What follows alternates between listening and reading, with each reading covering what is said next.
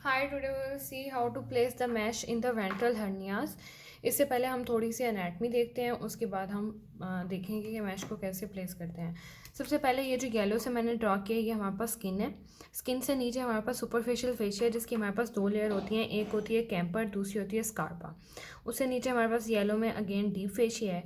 इसके बाद जो ये मैंने ड्रॉ किया है ये इंटीरियर रेक्टस शीथ है और ये हमारे पास रेक्टस एब्डोमिनस मसल है ऑन बोथ साइड, और ये हमारे पास फिर पीछे पोस्टीरियर रेक्टस शीथ आ रही है यहाँ पे।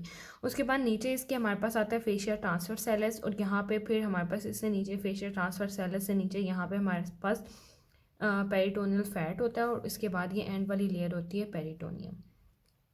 अब हमने अकॉर्डिंग टू द लोकेशन जहाँ जहाँ पे हम मैश को प्लेस करेंगे उसके अकॉर्डिंगली हम उसे नाम दे देंगे। सबसे पहले जो हम मैश प्लेस करते हैं उसे हम कहते हैं कि ऑनले है। अब ऑनले का क्या मतलब है कि ये मैश जो है ये हम posterior to the deep fascia place करते हैं, लेकिन ये इंटीरियर होता है इंटीरियर रेक्टस शीथ से। यानी अगर मैं यहाँ पे एक मैश को प्लेस कर दूँगी तो हम इसे क्या कहेंगे, इसे हम बोलेंगे कि ये हमने ऑनले वाली टेक्निक यूज़ की है और हमने यहाँ पे मैश प्लेस कर दिया है। ये इंटीरियर टू है इंटीरियर रेक्टस शीथ, लेकिन ये पोस्टीरियर टू है डीप फेशिया। और अगर फॉर एग्जांपल हम मैश इस एरिया में प्लेस कर देते हैं तो हम इसे इनले कहते हैं।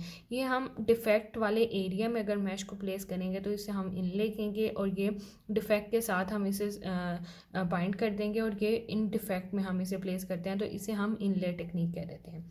हमारे पास सबले टेक्निक होती है ना, वहाँ पे जो belly of rectus abdominis muscle है उसके दरमियान और पोस्टीरियर रेक्टस शीथ के दरमियान हम मैश को प्लेस कर देते हैं, इसे हम कहते हैं सबले टेक्निक।